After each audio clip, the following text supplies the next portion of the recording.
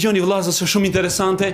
Allahu xhallahu ala nuk i thot pejgamberit sallallahu alaihi wasallam direkt një fjalë e cila është e plot dhe është e përbër.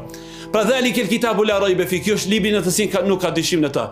Një njeri i cili është analfabet, nuk din shkrimin edhe leximin, fjalën si fjalë kupton, por nuk e kupton çka është aja, B-ja dhe C-ja, sa ai nuk ka mësuar ndonjëherë më herët. Pra vëllazën, imagjinoni një fëmijë që është 7 vjeçar, ende nuk di shkrimin dhe leximin. Nëse ja thurr një fjalë e kupton, se e ka mësuar prej nanës edhe babës. Por nëse ja përmendish gjermën B, gjermën C thot nuk e di çka është, se ende nuk kam shkuar në shkollë. Pra Allahu te bareke o tele Muhamedi sallallahu alaihi wasallam në një farë formë po i drejtohet mbi diçka që ai nuk e ka mësuar më herët. Pyetja është ju vëllezërit e mi, pse Allahu xhelle xhelalu nuk e laqë dorë Muhamedit të shkruar më herë me lapsin e tij? Për arsye se ju vëllezër bën edhe cën ta mëson kush? Ta mëson mësuesi.